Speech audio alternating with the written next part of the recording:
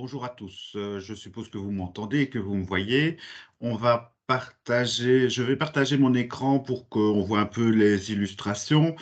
Comme vous le disait Raphaël, évidemment que à l'heure actuelle, je veux dire, le chauffage, l'eau chaude sanitaire, l'électricité coûte de plus en plus cher et donc d'où l'importance effectivement d'avoir des systèmes techniques qui soient le plus performants possible. Alors, je ne vais pas non plus, si ça veut bien marcher, hop, voilà, excusez-moi. Oups. Euh, je ne vais pas non plus rappeler évidemment tous les attendus qu'on a déjà évoqués au précédent webinaire concernant le pourquoi et le comment je veux dire, de la performance énergétique des bâtiments. Le pourquoi, on a des rejets de CO2, on a une dépendance aux énergies fossiles. Nous, en tant qu'Enestia, évidemment, je veux dire, on accompagne les candidats rénovateurs au niveau de l'audit, mais également au niveau des travaux. Et il faut savoir qu'évidemment, je veux dire, dans une perception parfaite de la rénovation, il y a un certain ordre des travaux à faire, ou en tout cas, il y a un ordre logique des choses à faire. Les fois précédentes, on a essentiellement parlé justement de l'aspect plutôt enveloppe du bâtiment, c'est-à-dire l'isolation du bâtiment, l'étanchéité à l'air, la ventilation. Ça, c'est une partie du bâtiment. Et dès qu'on agit sur cette partie-là, même si on garde les systèmes existants, immanquablement, on va avoir déjà des économies d'énergie.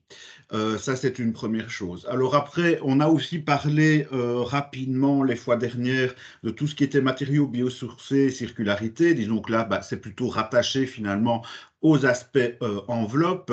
Et aujourd'hui, on va parler plus particulièrement du chauffage et l'eau chaude sanitaire, comme on le disait. Tout ça étant, je veux dire, le but final étant de vous amener plus de confort, plus de salubrité dans votre bâtiment, une meilleure qualité d'air, une meilleure santé, meilleure sécurité du bâtiment. Ça, c'est les objectifs finalement généraux de l'audit et donc finalement de la région Wallonne, puisque comme vous le savez, je veux dire, la région Wallonne a comme objectif que l'ensemble des bâtiments de logement soient, je veux dire, au label A en moyenne d'ici 2050, ce qui fait déjà quand même pas mal de boulot. Donc ça, c'était une première interrogation, une première réflexion. Comme vous le savez, on l'a déjà aussi évoqué la fois dernière, il y a certaines primes de la région Wallonne. Il y a pour l'audit une surprime au niveau des communes de Namur et Gembloux. Il y a des prêts à 0%. Il y a des surprimes pour les isolants biosourcés. Et puis il y a notre accompagnement qui fait partie des incitants généraux. Au niveau des primes, vous avez des coefficients multiplicateurs, je ne vous apprendrai rien, qui sont dépendants des revenus. Donc, ces coefficients multiplicateurs vont de 1 à 6. Et alors, on va rentrer un peu dans le vif du sujet. J'avais déjà évoqué ça lors du précédent webinaire. C'est la ventilation. Je veux dire, le système de ventilation, finalement, il est un peu à cheval sur un système dans le sens où vous avez évidemment un équipement, un groupe de ventilation et, je veux dire, sur l'enveloppe également, parce que finalement, quand on calcule la performance de l'enveloppe du bâtiment, on tient compte finalement de l'air qui rentre et qui sort du bâtiment, soit involontairement, soit volontairement. Et quand je dis volontairement, c'est justement via les systèmes de ventilation.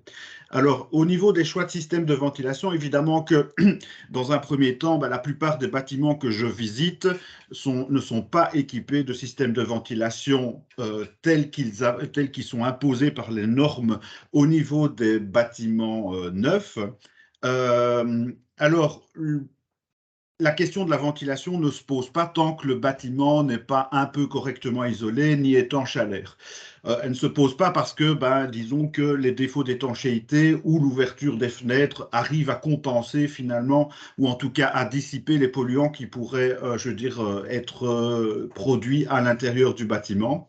N'empêche que, bon, évidemment, ça ne permet généralement pas de résoudre tous les problèmes de polluants et notamment tout ce qui est problème de condensation, dont on sait que il y a une détérioration des matériaux, puisque l'eau redevient liquide et en plus une production de moisissures qui effectivement peuvent dégager des spores dans l'air et donc finalement polluer l'air et je veux dire, en sorte que les habitants aient éventuellement des problèmes respiratoires. Donc, l'aspect ventilation, bah, je veux dire, peut apparaître dès ce moment-là, mais elle se sera encore plus prégnant lorsque on aura isolé le bâtiment et qu'il sera plus étanche à l'air, puisque là, vraiment, on enferme tous les polluants à l'intérieur du bâtiment.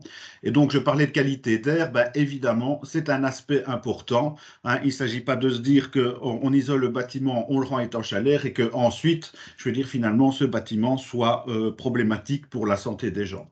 Le principe général d'un système de ventilation, c'est que vous avez des ouvertures d'alimentation au niveau de ce qu'on appelle les locaux secs. Locaux secs, c'est tout ce qui est séjour, chambre, bureau. Et puis, de l'autre côté, au niveau des locaux dits humides, donc les WC, salles de bain, buanderie et cuisine, vous avez des ouvertures d'évacuation. Alors, si on veut aller vers un système complet à l'heure actuelle, disons qu'il y a deux grands systèmes prédominants. C'est d'abord le système dit simple flux. Donc, en gros, ce qu'on doit faire dans ce cas-là, c'est mettre des grilles de ventilation dans les châssis.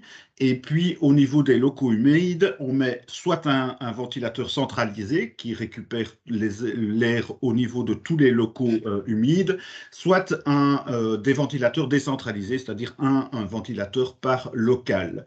Alors, évidemment que la question va se poser ici, quand on parle de ce système-là, c'est que bah, je parlais de grille de ventilation dans les châssis, mais si on ne change pas les châssis, évidemment, ça pose un petit souci, hein, sachant qu'évidemment, bah, régulièrement, on a le cas de maisons dont on a justement changé les châssis assez récemment, disons dans les 10 ou 15 dernières années, qui sont encore bons, qui sont encore étanches à l'air, dont le double vitrage est relativement performant. Et donc, forcément, bah, je veux dire, il serait un peu malvenu d'aller recommander au niveau de l'enveloppe de changer les châssis s'ils sont encore relativement performants. Alors, ça veut dire que la conséquence est que ce type de système de ventilation simple flux n'est pas envisageable pour ce type de bâtiment et que donc bah, la solution tierce, ce serait d'aller vers un système double flux. Double flux, c'est-à-dire que vous avez un groupe de ventilation qui va prendre l'air depuis les locaux humides et l'évacuer vers l'extérieur et qui va alimenter en air neuf les locaux secs. Alors, avantage de ce système-là, gros avantage, c'est que, eh bien, je veux dire, comme vous avez l'air entrant et l'air sortant qui se croisent dans la machine, eh bien, on peut récupérer les calories de l'air sortant pour les réinjecter dans l'air entrant. Donc, ce qui rentre comme air à l'intérieur du bâtiment n'est pas de l'air à température extérieure, mais de l'air qui a été entre-temps préchauffé. Hein. Donc, typiquement, lorsqu'il fait, disons, moins 5 degrés à l'extérieur, bah, vous ne rentrez pas de l'air à moins 5, ce qui serait le cas dans le précédent système, hein, via les grilles de ventilation dans les châssis, mais dans le système double flux, vous rentrez de l'air, je veux dire, qui sera probablement entre 10 et 15 degrés, donc forcément, eh bien, votre système de chauffage, qu'on va aborder tout à l'heure, ne devra compenser qu'une différence de 5 à 10 degrés par rapport à la température de consigne de 20 degrés, par exemple. Alors évidemment, ce système double flux est évidemment plus lourd à mettre en œuvre. Il y a des gaines, on en est bien conscient. Il y a un groupe de ventilation qu'il faut placer quelque part. Mais sachez que moi, en tant qu'auditeur, j'ai placé régulièrement des systèmes D, même dans des petites maisons en rénovation. Donc il n'est pas impossible de le faire.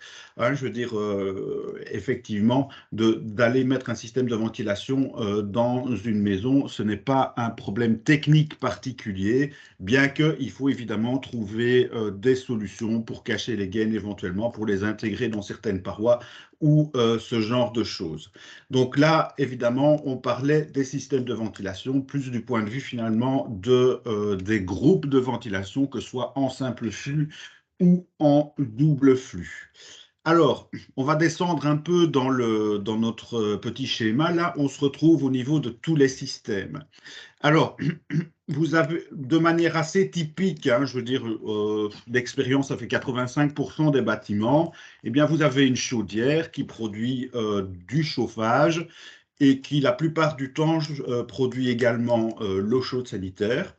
Et régulièrement également au niveau des systèmes d'émission à l'intérieur des locaux habités, eh bien vous avez des radiateurs. Ça, c'est l'installation classique. Et donc forcément, ben, vous avez des tuyauteries qui mènent de la chaudière au radiateur et retour. D'accord? Ça, c'est un premier point. Alors, ce qu'il faut savoir, c'est que souvent, votre chauffagiste fait l'entretien de la chaudière et il vous dit, ah, ben, votre chaudière, elle est encore bonne. La preuve, quand j'ai mesuré sa performance, j'obtiens 90 ou 92% de rendement. Alors, il faut quand même être un peu plus subtil que ça, parce que le rendement que le chauffagiste mesure au moment où il fait l'entretien, c'est ce qu'on appelle un rendement instantané. C'est-à-dire, c'est un rendement à puissance maximale de la chaudière. Or, votre chaudière, la plupart du temps, bah, ne fonctionne jamais à sa puissance maximale. Elle fonctionne à une puissance beaucoup plus basse. En général, on considère que sur la moyenne de l'année, une chaudière devra fonctionner à 30% de sa puissance maximale, pour autant qu'elle ait bien entendu été dimensionnée un peu correctement. Donc, ça veut dire que le chauffagiste ne mesure pas réellement le rendement de votre installation de chauffage qui est dépendant évidemment de la chaudière en tant que telle, mais il est dépendant aussi des tuyauteries de distribution, le fait qu'elles soient isolées ou qu'elles ne soient pas isolées. Elle est dépendante aussi du fait que sur l'installation de chauffage, il y aurait éventuellement un ballon tampon ou un ballon de stockage. Et enfin, elle est dépendante du système d'émission, c'est-à-dire des radiateurs à proprement parler. Et je veux dire, ce qui lie tout ça, de manière générale, c'est ce qu'on appelle la régulation. Donc, en gros, c'est un appareil ou un organe du système de chauffage qui permet de dire à la chaudière ou au système de chauffage de fonctionner à certains moments et de ne pas fonctionner à certains autres. Et ça, c'est un élément qui est très important dans le système de chauffage. Hein, disons que le premier niveau de régulation un peu correct d'une installation, c'est que vous ayez un thermostat d'ambiance dans un des locaux, typiquement on le met dans le séjour, qui va donner l'information de la température qui règne dans le local et sur base de la température de consigne que vous aurez donnée, par exemple 20 degrés, il va dire à partir de 20 degrés, je coupe la chaudière ou je coupe le circulateur de distribution de chauffage. Ce qui fait qu'une fois qu'on a la température de confort, la chaudière ne fonctionne plus. Hein, et donc forcément, on a des économies d'énergie par rapport à un autre système où il n'y aurait pas ce type d'information qui est relayée vers la chaudière, eh bien, où la chaudière serait dans ce cas-là en ce qu'on appelle en température constante, c'est-à-dire qu'elle va sans arrêt chauffer sur base de son aquastat, c'est-à-dire finalement, elle va mesurer la température à l'intérieur de la machine, hein, et simplement, elle va maintenir la température de l'eau qui circule à l'intérieur de la chaudière.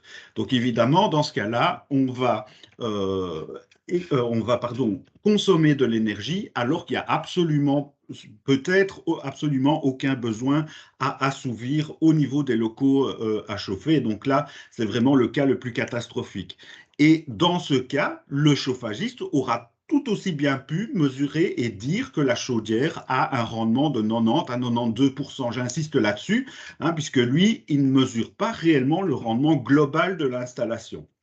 Ça, c'est une chose. Donc, la régulation, c'est important. Alors, je vous ai dit, le premier niveau de régulation, c'est de mettre un thermostat d'ambiance. Deuxième niveau, c'est de compléter encore en mettant, par exemple, une sonde de température extérieure qui va aussi pouvoir donner une information au niveau de la chaudière en disant, voilà, puisqu'il fait X degrés à l'extérieur, tu dois fonctionner à telle puissance.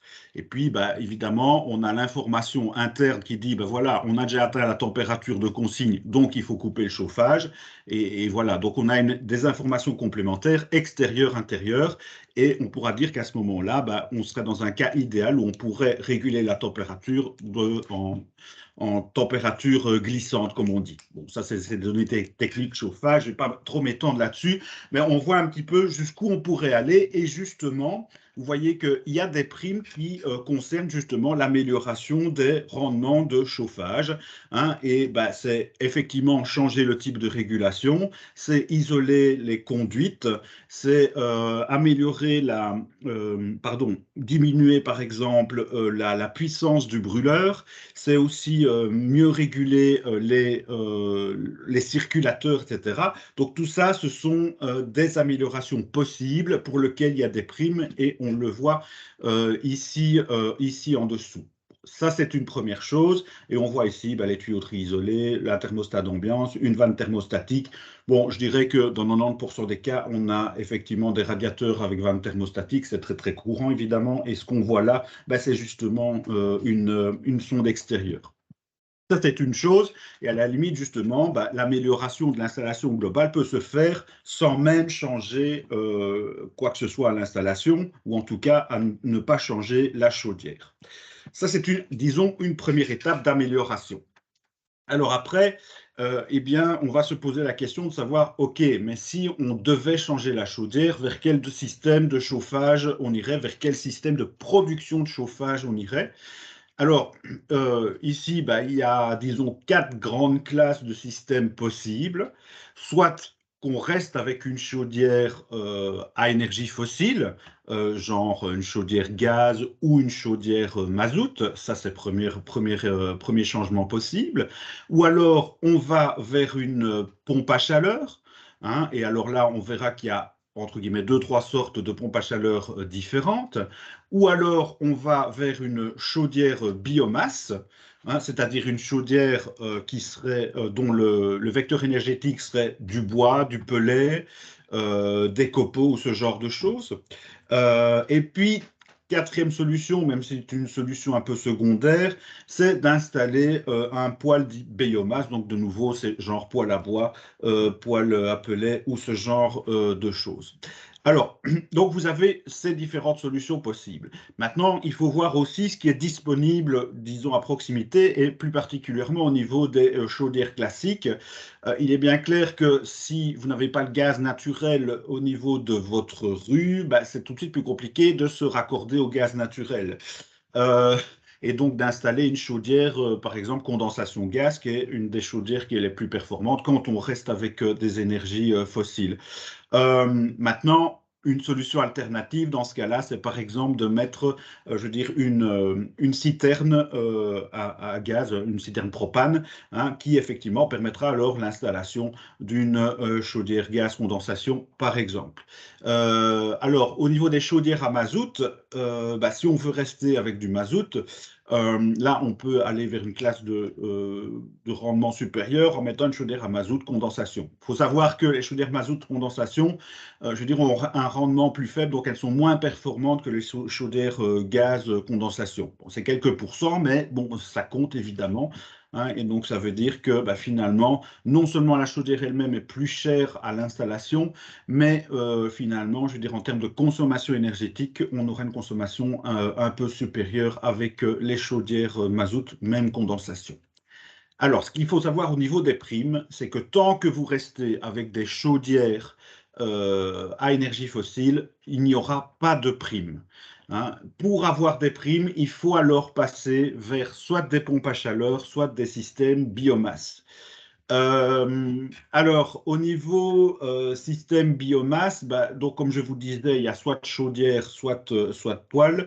Chaudière, c'est comme une chaudière classique, sauf que typiquement, hein, le plus courant à l'heure actuelle, c'est de placer des chaudières pelées. C'est des systèmes qui sont effectivement très au point.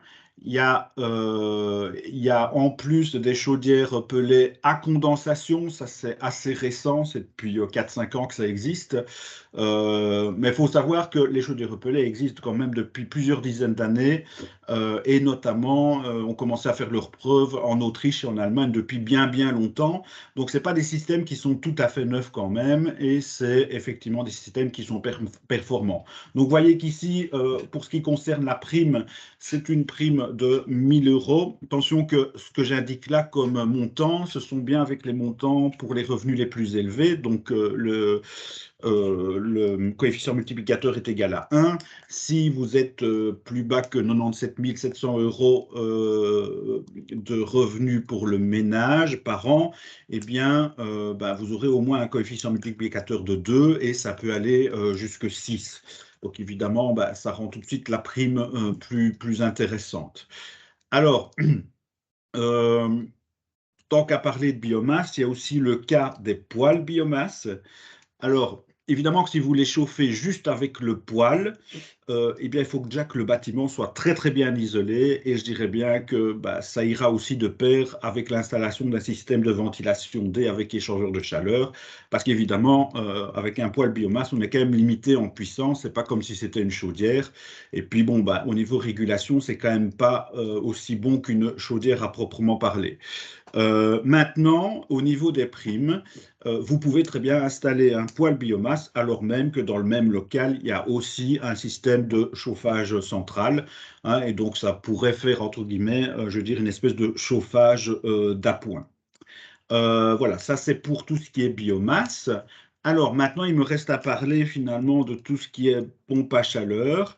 Alors, déjà, on va commencer par un grand attention aux pompes à chaleur parce que il y a quand même des conditions d'installation qui sont importantes à respecter. Et la première condition d'installation importante à respecter, c'est que votre bâtiment soit suffisamment isolé.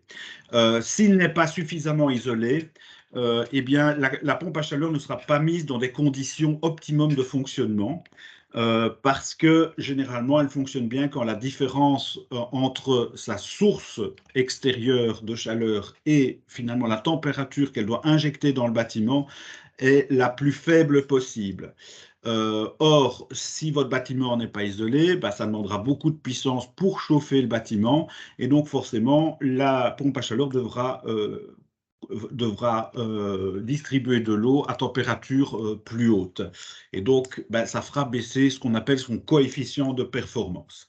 Donc ça, c'est une première chose à bien comprendre. Moi, quand je fais des préconisations et que je préconise une pompe à chaleur, eh bien, ça ne peut jamais être dans les premiers bouquets, hein, parce que, ou sinon, ça n'a aucun sens. Je veux dire, il faut vraiment isoler d'abord le bâtiment, le rendre étanche à l'air, éventuellement mettre un système de ventilation bien efficace, et puis ensuite, on peut penser à la pompe à chaleur en remplacement d'une chaudière ou en remplacement d'un système de chauffage électrique, par exemple. Ça, c'est une chose. Alors, le principe de la pompe à chaleur, hein, j'ai déjà évoqué indirectement dans ce que je viens de dire, c'est de pomper des calories dans un milieu extérieur, et puis, en thermodynamique, ou effectivement en thermodynamique, on va transformer ces calories d'air pour les réinjecter dans le système de chauffage à une température qui permettra de chauffer le bâtiment. À l'heure actuelle, ces systèmes de chauffage et de production d'eau chaude sanitaire sont les plus performants. Maintenant, ça fonctionne à l'électricité, évidemment. Évidemment, on est quand même dépendant des centrales, etc. N'empêche que si on compare finalement les pompes à chaleur aux autres systèmes de chauffage et en tenant compte du rendement moyen des centrales électriques en Belgique, on obtient quand même des niveaux de performance supérieurs aux chaudières, même gaz condensation. Alors, donc, quand je veux pomper des calories dans un milieu extérieur, j'ai plusieurs possibilités. Soit c'est l'air carrément extérieur. Donc là, on parlera de pompe à chaleur air-eau, c'est-à-dire que c'est l'air la source des calories et l'eau, c'est-à-dire que vous avez un système de distribution de chaleur à l'intérieur du bâtiment qui est basé sur de l'eau. Alors, le désavantage de la pompe à chaleur air-eau, on s'en rend bien compte, c'est que la performance de la pompe à chaleur va être dépendante directement de la température de l'air extérieur. S'il fait moins 10 ou moins 15 à l'extérieur, forcément qu'on augmente la différence de température entre l'intérieur et l'extérieur et forcément la pompe à chaleur fonctionnera de manière moins optimum. Hein, et donc forcément, le coefficient de performance, ce sera la moyenne, je veux dire, qui sera dépendant du climat extérieur. Et ce qu'il faut savoir, c'est que justement par climat très froid, généralement, on sera obligé de mettre une résistance électrique d'appoint parce que la pompe à chaleur ne pourra pas générer l'entièreté du chauffage. Alors bon, ben, d'où l'importance de bien dimensionner les choses et quand vous choisissez un entrepreneur pour mettre une pompe à chaleur RO ou les autres d'ailleurs aussi, eh bien, il faut absolument que cet installateur soit spécialisé. Ça ne peut pas être juste l'électricien du coin qui fait ce genre d'installation. Il faut vraiment être connaisseur et, je dirais, effectivement, et pouvoir dimensionner correctement l'installation. Donc ça, c'est aussi un élément à souligner par rapport à tout ce qui est pompe à chaleur. Je veux dire, c'est un peu plus délicat à dimensionner qu'un système de chauffage, disons, classique. Alors, ça, c'est une première manière, je dirais, on prend les calories de l'air extérieur. Deuxième façon, je peux prendre les calories au niveau du sol. C'est-à-dire que ce qu'on va faire, c'est intégrer des conduites, je veux dire, dans le jardin, au niveau du sol, en nappe horizontale, généralement, enfin, ça, c'est le système le plus courant. Donc, ça veut dire que ces canalisations sont enterrées dans le sol à plus ou moins 1 mètre, 1 mètre 20, de telle sorte qu'elles soient finalement à profondeur hors gel. Donc, à partir de 80 cm, 1 mètre, ben, on considère que effectivement le sol ne gèle plus, même aux plus basses températures ici en Belgique. Et donc, ben, forcément, si vous êtes plus bas, ben, vous avez une température qui est au-delà de 0 degré toute l'année. Et donc forcément, là, on a des températures qui sont beaucoup plus stables, qui permettent vraiment d'être dans des conditions meilleures au niveau de la pompe à chaleur. Alors, je disais qu'on mettait ben, des tuyauteries dans le sol en nappe horizontale. Il faut savoir que ben, le dimensionnement de ces nappes horizontales est évidemment dépendant de la puissance de la pompe à chaleur, c'est-à-dire celle qu'elle va devoir délivrer à l'intérieur du bâtiment. Et généralement, pour une maison classique, bah, ça représente quand même de l'ordre de, je dis, après, bon, ça dépend un peu du type de bâtiment, mais on va dire entre 80 et 120 mètres carrés de surface, je veux dire, d'emprise de mécanisation. Sachant que par la suite, on ne pourra pas, je veux dire, planter des plantes justement qui ont des racines profondes parce que sinon ça risque de détériorer les canalisations qui seraient dans le sol. Donc à un moment donné, bah, effectivement, je veux dire, il faudra faire attention à cet aspect-là. Donc vous avez une véritable emprise dans votre jardin et donc bah, ça applique aussi ce type de solution que déjà vous ayez un jardin et un jardin qui soit quand même suffisamment grand pour accueillir l'installation. Alors, ça, c'est une solution. Évidemment, c'est celle qui prend le plus de place. Ou sinon, toujours en pompe à chaleur sol-eau, eh bien, vous avez aussi les pompes à chaleur avec des épingles verticales. Là, on va faire vraiment de la géothermie, c'est-à-dire qu'on va chercher finalement les conditions de température optimum finalement, en mettant des épingles qui font quelquefois de 100 à 150 mètres de profondeur pour vraiment aller chercher la chaleur de la Terre. Et donc là, on est vraiment avec ce type de système. Bah, évidemment, ça ne prend pas beaucoup de place, mais quand même, l'épingle coûte extrêmement cher. Et puis, il y a des conditions à respecter parce qu'évidemment, il ne faut pas aller se balader dans les nappes phréatiques parce que ça, bah, la région wallonne veut éviter que, je veux dire, on aille polluer les nappes phréatiques et notamment bah, ce qui se balade dans les tuyauteries d'échange au niveau des pompes à chaleur, c'est pas juste de l'eau, c'est généralement au minimum de l'eau glycolée. Donc évidemment, ça c'est un polluant qu'il faut surtout pas, je veux dire, mettre dans les nappes phréatiques, quoi. Donc disons que les épingles, c'est la solution la plus performante, mais c'est pas toujours évident de pouvoir les placer.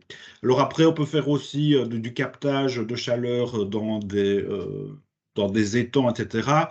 Attention qu'évidemment, si je capte la chaleur dans un étang, à partir d'un certain moment, bah, l'eau va geler et donc tout de suite, la pompe à chaleur va fonctionner un peu moins bien.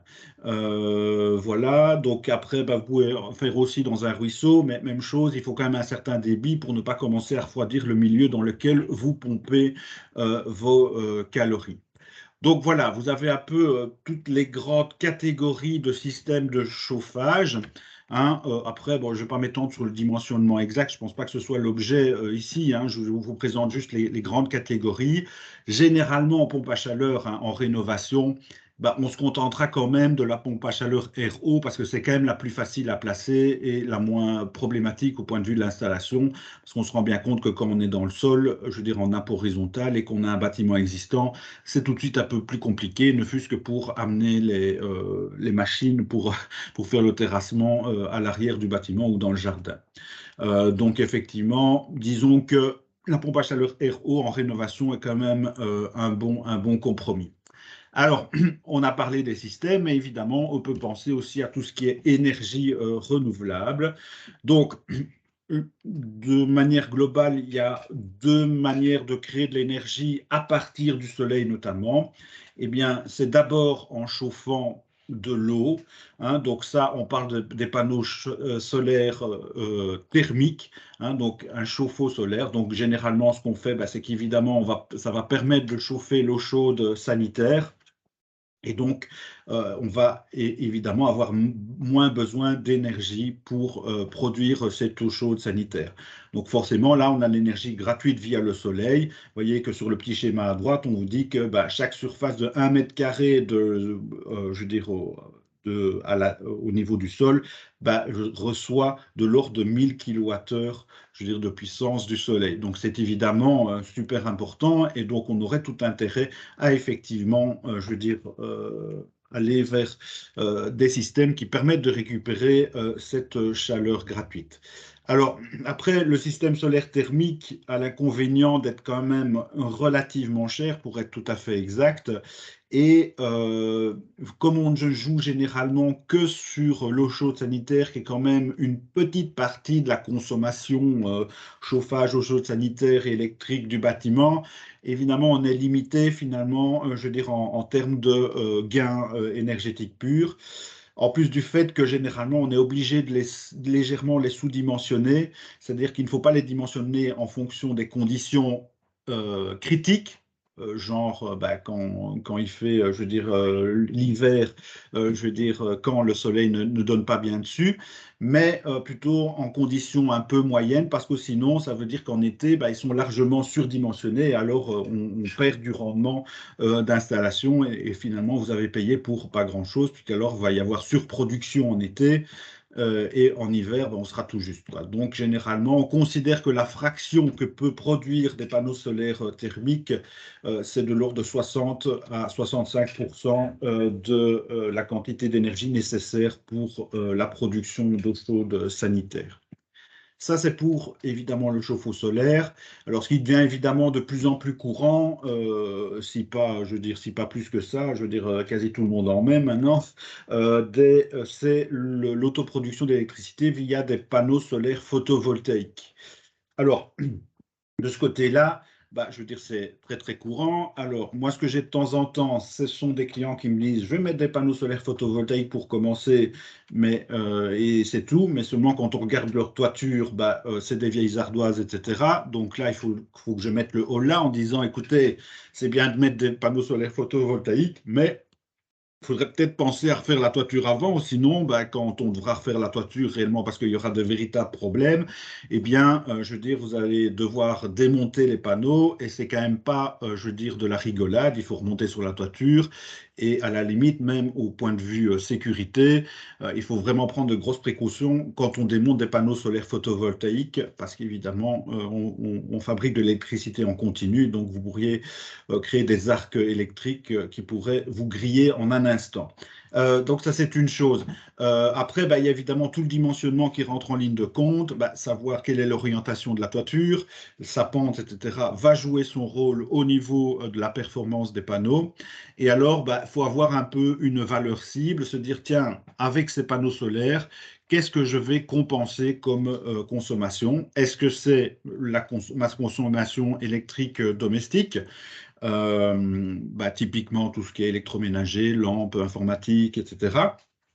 Euh, et donc là, bah, on considère que pour un ménage courant, eh bien, il faut plus ou moins une production de 3000 à 3500 kWh. Ça représente ça de l'ordre de 4 à 5 kilowatts crête. Et donc ça représente plus ou moins 30 mètres carrés de panneaux solaires. Donc vous voyez que il y a aussi la taille de la toiture qui va rentrer en ligne de compte, le fait qu'il y ait ou pas des lucarnes, qu'il y ait des Velux, etc., va rentrer en ligne de compte pour voir qu'est-ce qu'on peut mettre, jusqu'où on peut aller au niveau de l'installation solaire photovoltaïque. Alors, si on veut même aller plus loin, imaginons par exemple que justement on ait préconisé une pompe à chaleur comme système de chauffage. Comme je vous ai dit tout à l'heure, les pompes à chaleur fonctionnent généralement. Il y a aussi d'autres vecteurs énergétiques, mais je ne vais pas rentrer dans les aspects trop techniques, mais fonctionnent généralement à l'électricité. Et on pourrait se dire qu'en plus de la consommation domestique, ces panneaux solaires pourraient compenser aussi la consommation pour le chauffage qui est, je veux dire, consommé par la pompe à chaleur. Là, par contre, je veux dire, on aura besoin de plus de kilowatts crête. Bon, ça dépend un peu de la performance du bâtiment, mais probablement qu'on aura plus, genre 60 mètres carrés, enfin 50 mètres carrés de panneaux solaires plutôt que 30, comme je vous le disais tout à l'heure.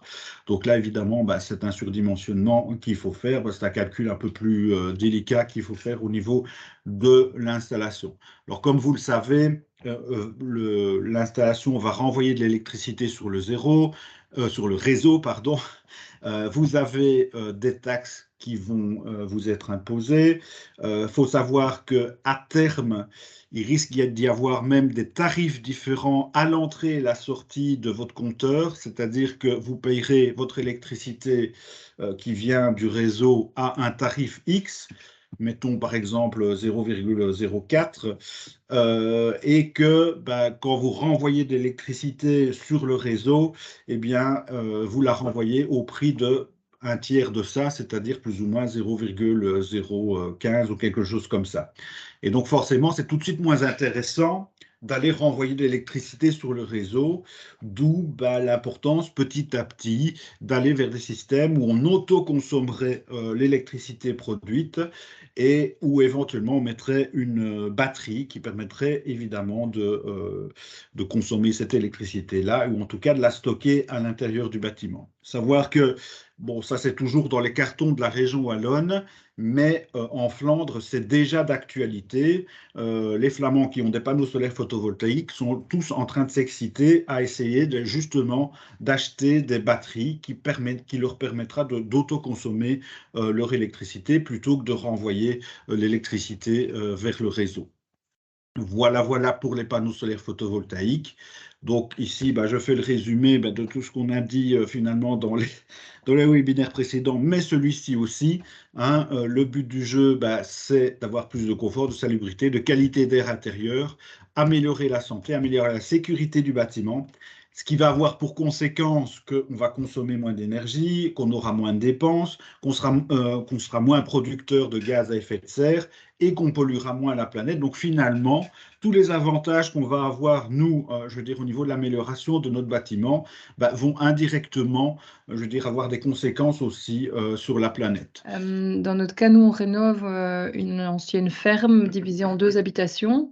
On n'a pas l'argent et les finances que pour tout isoler correctement comme on le souhaiterait, bien entendu. Donc, on va déjà refaire toute la toiture en isolant écologique. Et on va essayer d'isoler une partie des sols et de prévoir l'isolation par l'extérieur pour plus tard. Mais on doit séparer et scinder les 2 habitations pour avoir du chauffage des 2 côtés indépendants. Donc on va placer une chaudière biomasse à pellet dans la grande habitation, je veux dire, et la petite habitation aura pour vocation d'être louée. Et donc nos architectes, qui sont Archinature, Hubert Sauvage, qui s'y connaissent très bien là-dedans, nous proposent une chaudière au gaz dans le jardin, avec une cuve, parce que financièrement, plus le fait qu'on ne peut pas isoler, donc la pompe à chaleur on oublie, etc. Et on est un peu allergique au gaz et on essaye de se tourner vers d'autres solutions plutôt combinées. Donc on se demande comment est-ce qu'on peut faire des calculs, entre guillemets, pour savoir finalement, sachant à quel point on n'est pas suffisamment isolé, qu'est-ce qu'on peut quand même mettre qui au final coûtera le prix du gaz mais ne sera pas du gaz. Exemple, est-ce qu'on peut combiner un poêle à pellets, des radiateurs électriques et des panneaux photovoltaïques ou thermiques, mais quand même arriver à une facture qui sera peut-être similaire à celle du gaz en termes de mensualité, mais qui sera moins polluante sur le concept, quoi. Je ne sais pas si vous voyez un peu ma question. Oui, C'est évidemment oui. très précis, mais c'est ce qui m'intéresse, c'est de savoir comment on calcule ce genre de situation. Je sais qu'il y a des coefficients K, etc., mais ma connaissance s'arrête là, quoi.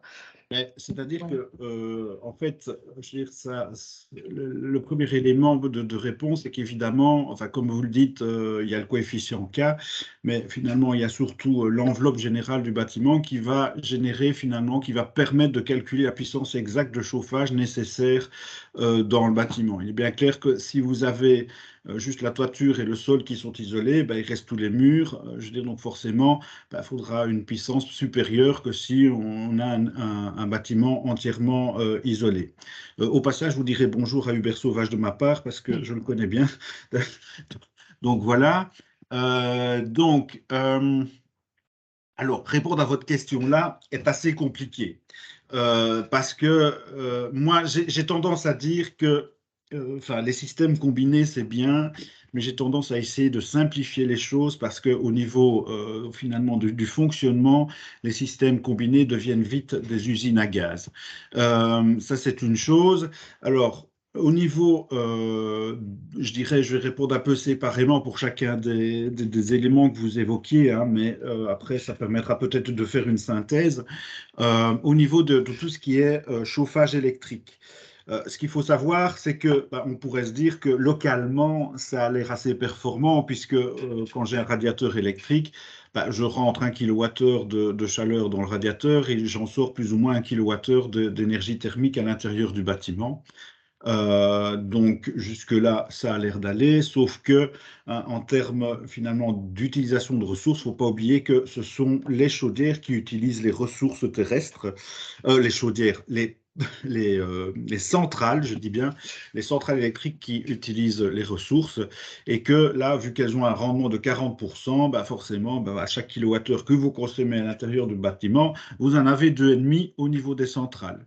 Ça, c'est une chose. Alors, évidemment qu'à l'heure actuelle, l'électricité, finalement, s'est retrouvée un peu moins chère que le gaz en termes de chauffage, si on fait le rapport, je veux dire kilowattheure produit, kilowattheure consommé, quoi.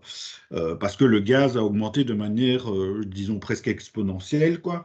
Et donc, ça, c'est un de nos soucis, effectivement. Bah, en même temps, c'est un incitant, évidemment, aux gens à isoler un peu mieux leurs bâtiments. Donc, chez Nestia, ça fait nos affaires, évidemment, mais bon, ça ne fait forcément pas l'affaire des pauvres consommateurs, dont certains, j'ai encore entendu récemment, bah, se retrouvent avec des factures mensuelles de plus de 1 000 euros, alors qu'auparavant, ils étaient à 200 ou 300 euros, quoi. Donc, c'est catastrophique, je veux dire, pour eux, quoi. Enfin, bref, donc ça, c'est un autre débat, bien entendu. Donc, on a le chauffage électrique. Alors après, bah, la chaudière gaz, évidemment, bah, l'avantage, c'est que la chaudière gaz coûte pas cher. Chaudière gaz condensation en tout cas. L'installation de la citerne propane, à la limite, elle est presque payée par le fournisseur de gaz, généralement. Donc là, forcément, il a un avantage derrière, c'est qu'on va lui acheter du gaz. Donc là, effectivement, en termes de solution, disons, maître achat, on est, je veux dire, à mon avis, pas mal. Mais évidemment, c'est toujours de l'énergie fossile et évidemment, on est un peu assujetti aux fluctuations du cours du gaz. Alors, après, bah, il y a tout ce qui est biomasse. Bah, on a évoqué tout à l'heure les poêles biomasse. Bah, évidemment que si vous mettez qu'un poêle au rez-de-chaussée et que vous avez un bâtiment qui n'est pas un peu correctement isolé, bah, jamais vous allez pouvoir chauffer l'entièreté de votre bâtiment avec un poêle. Alors, il y a des solutions quand même un peu mixtes qui existent. C'est par exemple ce qu'on appelle un poêle bouilleur. Un poêle Euh, hydro. un- Pardon? C'est les poêles hydro, c'est ça? Voilà, c'est ça. C'est ce qu'on nous a Donc, proposé. Ouais. voilà, donc ça, bon, donc c'est comme un poêle normal, hein, mais simplement il y a un serpentin, c'est-à-dire un circuit de distribution qui permet enfin, de faire finalement du chauffage pour, comme si c'était du chauffage central, pour une petite installation, hein. Il ne s'agit pas de faire une énorme maison, hein, mais genre 4-5 radiateurs, ça passe encore, quoi. Et donc ça peut être une solution, disons, intermédiaire, quoi. Bon, avec évidemment le désavantage que quand vous avez un poêle à bois, bah, il faut le recharger de temps en temps. Donc, si vous ne le rechargez pas suffisamment, bah, ça coupe finalement je veux dire, votre chauffage. Mais à mon avis, ça pourrait être, en ce qui vous concerne en tout cas, bah, ce serait peut-être une réflexion à mener de ce côté-là, quoi. Non, évidemment, il y a le coût de tous ces appareils, évidemment, je veux dire, et puis faire la comparatif par rapport finalement au gaz, etc., il faudrait faire une étude complète du bâtiment, puisque comme je vous le disais, bah, les pertes énergétiques sont dépendantes de la performance de l'enveloppe, et donc forcément, tant qu'on n'a pas fait calculer entièrement les pertes énergétiques dues à l'enveloppe du bâtiment, bah, on ne sait pas dire combien votre chauffage va consommer, et donc le coût d'utilisation de votre installation. Donc malheureusement, je dois botter un peu en touche. Et ça, avec l'audit, l'audit qui est complet qui a été fait, ce n'est pas possible. Il n'y a pas les informations suffisantes dans un audit. Ben, ou alors, vous devez demander à votre auditeur de faire plusieurs tests pour voir, je veux dire, ce que ça donne, justement. Ça, il peut le faire. Je veux dire, votre auditeur, c'était justement architecture et nature. Non, non, parce qu'ils étaient débordés, donc ça a été. Oui, voilà. Oui. C'était comment il s'appelle ABC. Oui, PE Busy, quelque chose ah comme oui, ça. d'accord, ok, ben, on travaille aussi avec eux, mais enfin bon, peu importe. Donc, qu'est-ce que j'allais dire moi? Mais vous pourriez leur demander de faire plusieurs simulations dans l'audit, dire voilà, bah tiens, si je change mon système de chauffage avec la chaudière condensation gaz, voilà ce que ça donne, et puis faire une deuxième simulation, je veux dire avec, je sais pas moi, une pompe à chaleur, et troisième simulation avec, je veux dire, un poêle biomasse ou une chaudière biomasse, quoi. Comme ça vous donnerait quand même une idée un peu des différents coûts, possibilités, puis surtout les temps de retour que vous aurez avec chacune de ces possibilités-là. Hein, ça, je dirais bien que en tant qu'auditeur, bah, c'est un petit travail qui va prendre une demi-heure sur le logiciel, hein. C'est quand même pas énorme non plus, quoi. D'accord, ok, ça je ne savais pas que c'était possible de Voilà. lui demander. Parce que Bah, même si c'est pas le rapport officiel, je veux dire, il peut oui, faire des rapports entre guillemets officieux dans lesquels justement il fait ce genre de simulation, hein. C'est normalement pas un problème pour lui, hein. ok, ok. Ça va? Non, parce que notre raisonnement, c'est se dire effectivement, une pompe à chaleur sur une maison pas isolée, ça n'a pas de sens. Mais par contre, si au final la facture est très élevée parce que c'est le prix de l'électricité, mais qu'elle est aussi élevée que le gaz, ben alors au moins on Ah évite la oui. citerne à propane, quoi. Et c'est un raisonnement par l'absurde, mais Oui, oui, oui, bon, je suis assez d'accord avec vous. C'est surtout en pas se disant vraiment, qu'on c'est pas vraiment isolerait absurde. par la suite, quoi. Et oui, tout à fait, Puisque tout à c'est fait. prévu. Donc, Bah, alors, le problème qui risque quand même d'avoir, hein, c'est que vous allez donc dimensionner votre machine en oui. fonction de la situation actuelle, celle où il n'y a pas de système de chauffage, enfin où il n'y a pas de beaucoup d'isolation, et Oui, c'est puis vrai. elle va se retrouver surdimensionnée. Disons que pour tout ce qui est chaudière, elle fonctionne généralement en température glissante, donc ça pose pas trop de problèmes. Mais si c'est une pompe à chaleur, pardon, que vous installez, là par contre, si elle est surdimensionnée, elle va fonctionner un peu moins bien, quoi. Ou en tout cas, on perdra en coefficient de performance. Oui, oui, oui. Et à l'inverse, pour la biomasse, la chaudière biomasse, Hubert Sauvage nous conseille de la sous-dimensionner, puisqu'après on Ouais. isolerait. Voilà, oui, c'est ça, ouais, Ok. tout à Mais fait. c'est bien, ça devient plus clair pour nous. Merci. C'est à force de brainstormer, ça nous Ouais, aide et, et on bah, commence à tant comprendre mieux. un peu les choses. Oui, ça va. Ok, Merci beaucoup. oui, je vous en prie. Monsieur d'Angoisse, vous pouvez y aller. Vous avez oublié d'ouvrir votre micro. Vous m'entendez? Oui, maintenant oui. Ok. Voilà, j'avais deux questions. Tout d'abord, concernant les batteries. Bon, je suis équipé avec des panneaux solaires, donc sur mon compteur principal. J'ai un Oui, compteur intelligent. Mais quand on parle de batterie, moi, ça m'étonne un petit peu parce que quand vous produisez principalement, c'est l'été. Et bon, à ce moment-là, ben, l'autoconsommation, vous savez la faire facilement en faisant fonctionner vos machines la journée. Et donc, ce que vous auriez mis dans vos batteries, la surproduction que vous allez mettre dans vos batteries la journée, vous n'allez pas la consommer la nuit, parce que la nuit, vous aurez quoi? Très peu de un frigo ou l'autre, un congélateur qui va tourner, mais on ne va pas utiliser l'électricité produite la journée. quand j'en aurai besoin, ce sera surtout l'hiver, et l'hiver, on ne produit presque pas. Donc, je ne vois pas trop l'utilité d'une batterie. Et ma deuxième question, c'est concernant chauffage électrique, parce que j'ai un deuxième compteur qui est accordé sur mon chauffage électrique par accumulation, et là, je consomme à peu près 10 000 kW par an. Je voulais voir comment, éventuellement, quel système je pouvais mettre en remplacement de mon chauffage électrique par accumulation pour avoir une meilleure économie.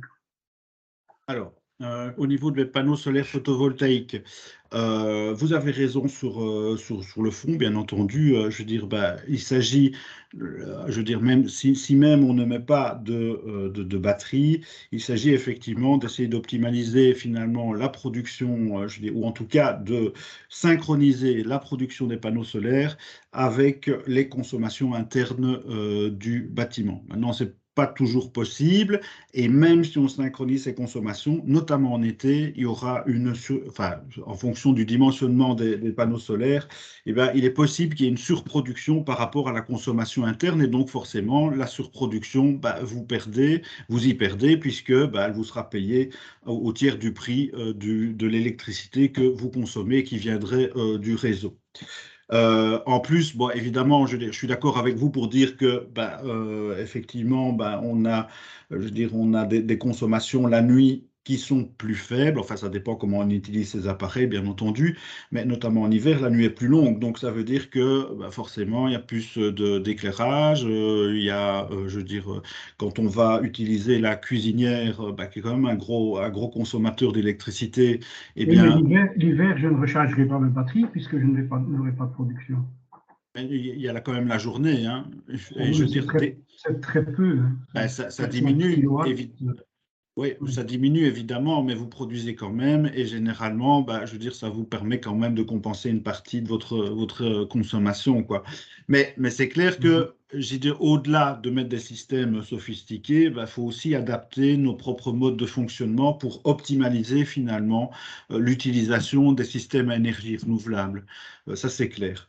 Alors, pour ce qui concerne votre installation de chauffage, alors évidemment, vous êtes dans un cas qui, je dirais pas courant, mais qui est, je veux dire, qu'on rencontre quand même assez régulièrement.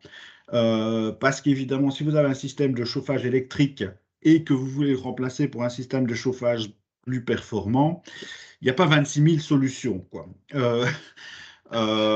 Et le problème, c'est que si je vous dis, tiens, on va remplacer ça par un système de chauffage central, la première chose que vous allez me répondre, c'est oui, mais bon, il faut mettre les radiateurs, et puis il faut les tuyaux de distribution, il faut mettre la chaudière quelque part, enfin la chaudière ou l'appareil producteur de chaleur quelque part.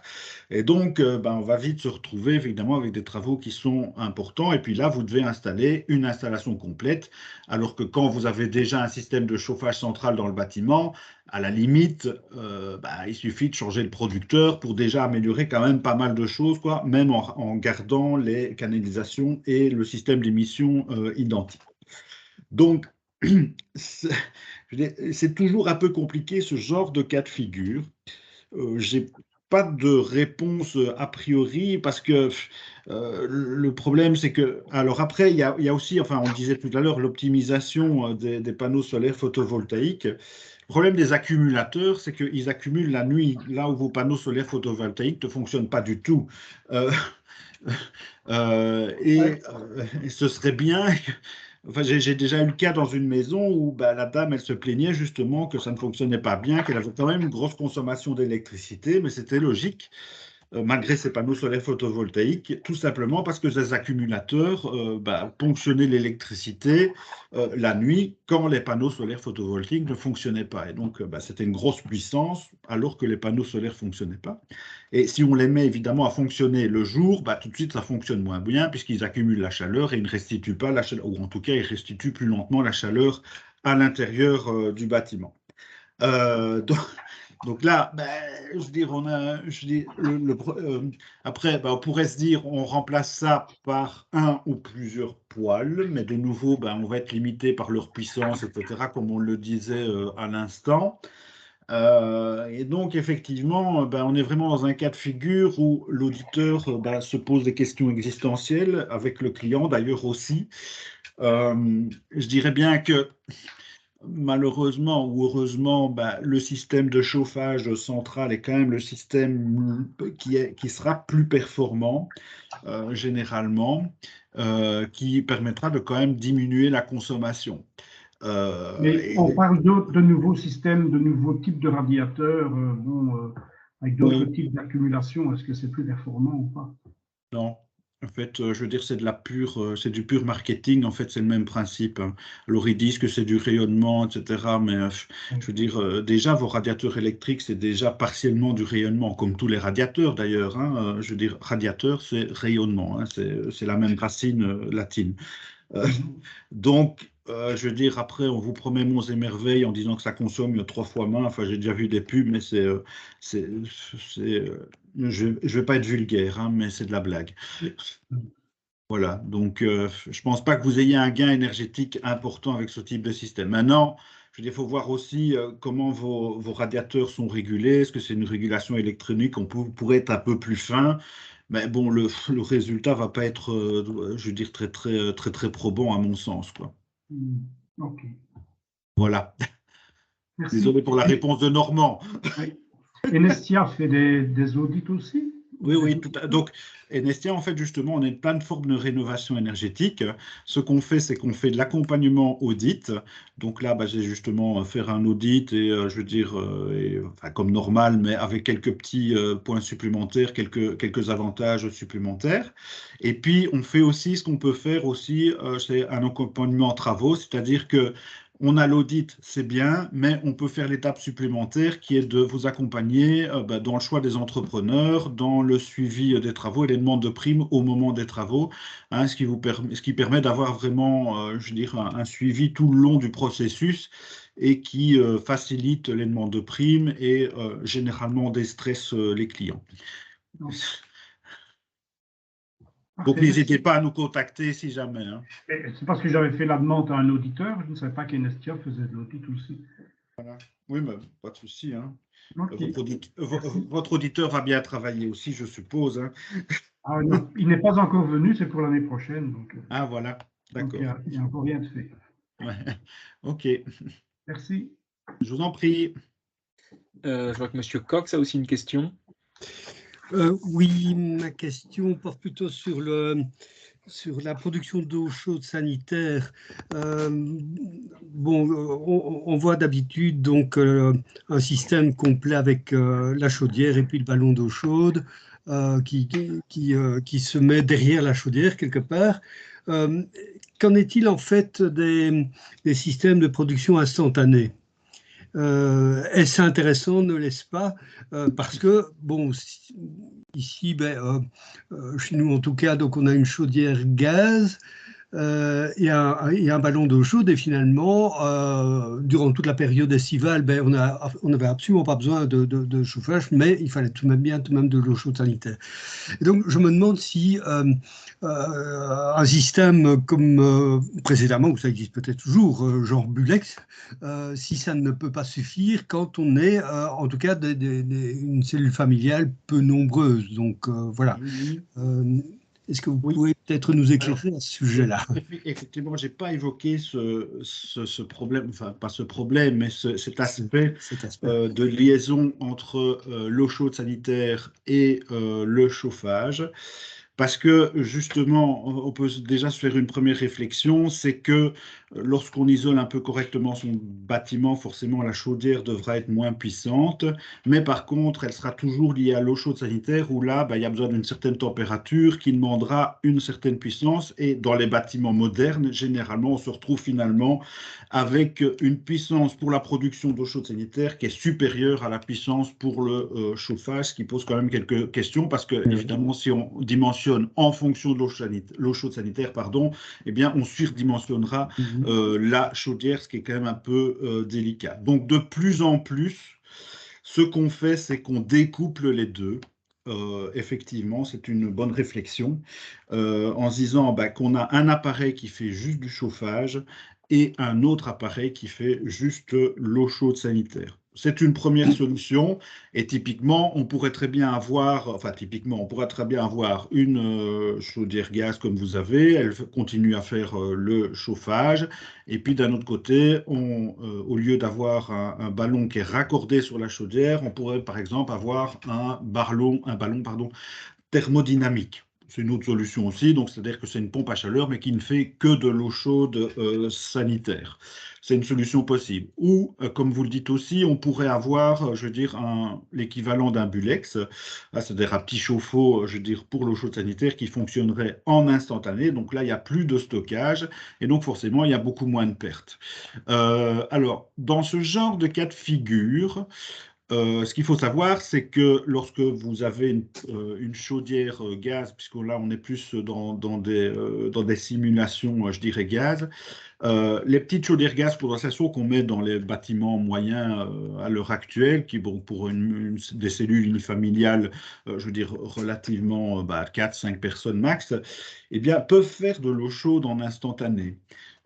Et donc forcément, on peut se passer du ballon d'eau chaude.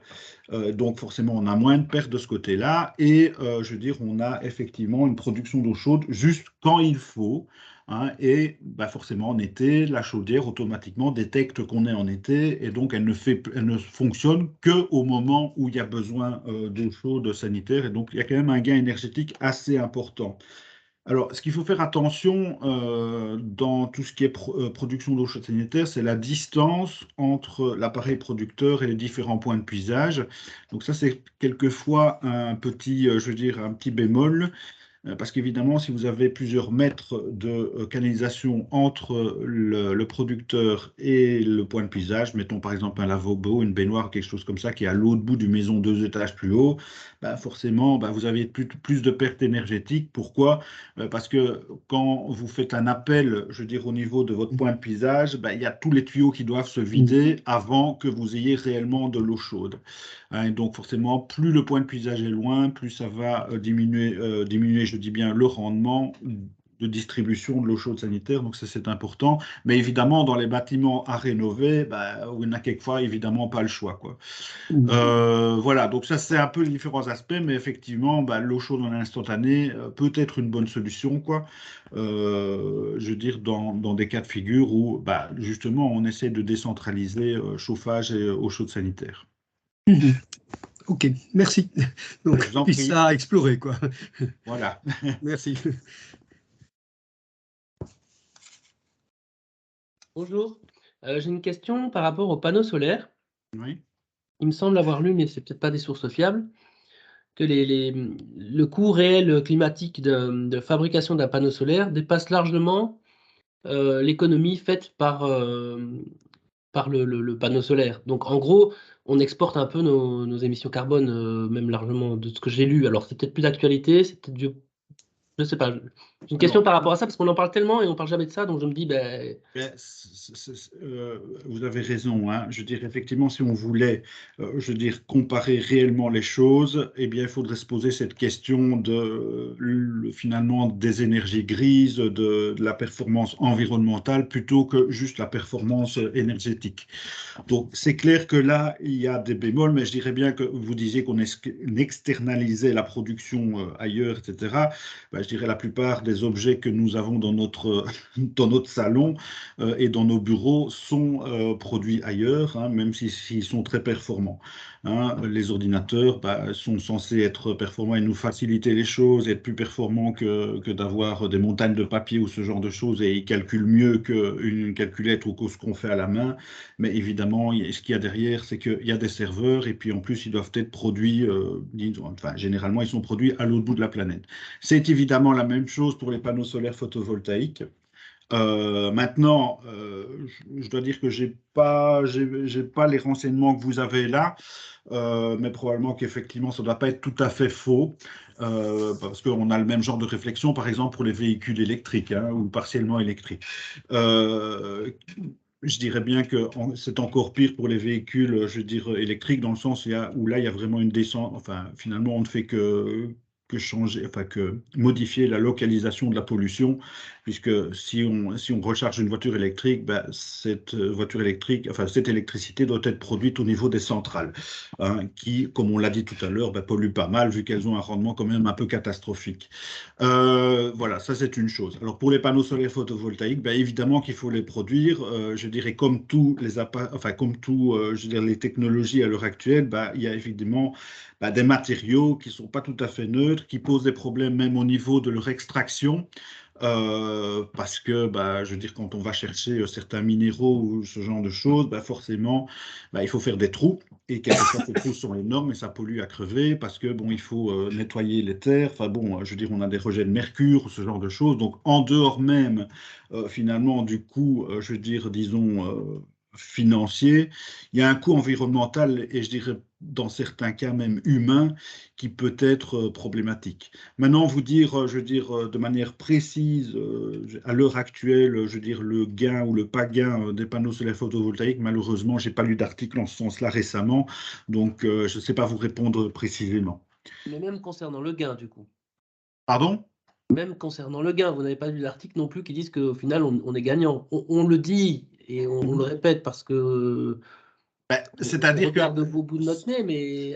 C'est-à-dire que de toute façon, avec des panneaux solaires photovoltaïques, vous êtes toujours avec un gain, vous produisez de l'électricité que vous ne devrez pas consommer en interne. Mais après, si on prend les autres paramètres, notamment de fabrication des panneaux solaires photovoltaïques, évidemment, ça diminue le gain et ça diminue finalement, je veux dire, puisqu'il y aura besoin d'énergie pour produire tout ça, je veux dire, pour le fabriquer. Et puis en plus, on rejettera du CO2, quoi. Hein, donc le gain qu'on va faire est effectivement largement limité. Maintenant, jusque quand, jusque où, je ne sais pas dire parce que j'ai pas, comme je vous le disais, j'ai pas lu d'article récemment là-dessus, quoi. D'accord, merci. Je crois Voilà, que, je vous en prie. en conclusion, on va raser l'affaire, mais on va créer une tiny house. Bonne idée. Si je peux me permettre, moi j'ai cru lire, mais je ne sais plus où. Pour les panneaux photovoltaïques, c'est plus ou moins une dette de 3 ans. Donc, il faut la production pendant 3 ans pour rembourser la dette de production du panneau. C'est À peu possible. près. Okay, parce que Ouais, moi, j'avais lu qu'il fallait une dette de 30 ans et que le panneau était et que la durée de vie du panneau était de 20. Donc, Ah oui, évidemment que si la dette est au-delà de 15-20 ans, ça pose problème, ça. Oui, ça c'est sûr. Comme tout appareil technique, à un moment donné, si vous avez des temps de retour qui est au-delà de 15-20 ans, forcément, vous êtes au-delà de la durée de vie normale du produit, quoi. Et comme c'est des informations Attention qu'un inaccessibles. panneau, son rendement est garanti, je crois, 15-20 ans. Ça ne veut pas dire qu'il est out après ce délai. Oui. Sa production ou son rendement chute, mais il reste encore honorable Oui. pendant de nombreuses années. Bien sûr, oui, tout à fait. Hein. Je veux dire, ça, c'est-à-dire que, par exemple, je vous disais ça, c'est notamment quand on change de système de chauffage. Évidemment que si on se retrouve avec des temps de retour qui sont de l'ordre de 15 à 20 ans, je veux dire, oui, une chaudière peut fonctionner plus longtemps que ça, mais ça pose quand même question, quoi, hein, au niveau de l'intérêt économique d'installer un tel type de système, ou en tout cas de modifier de telle façon l'installation de chauffage, quoi. Voilà. Merci pour la réponse en tout cas. Merci. Mais je vous en prie.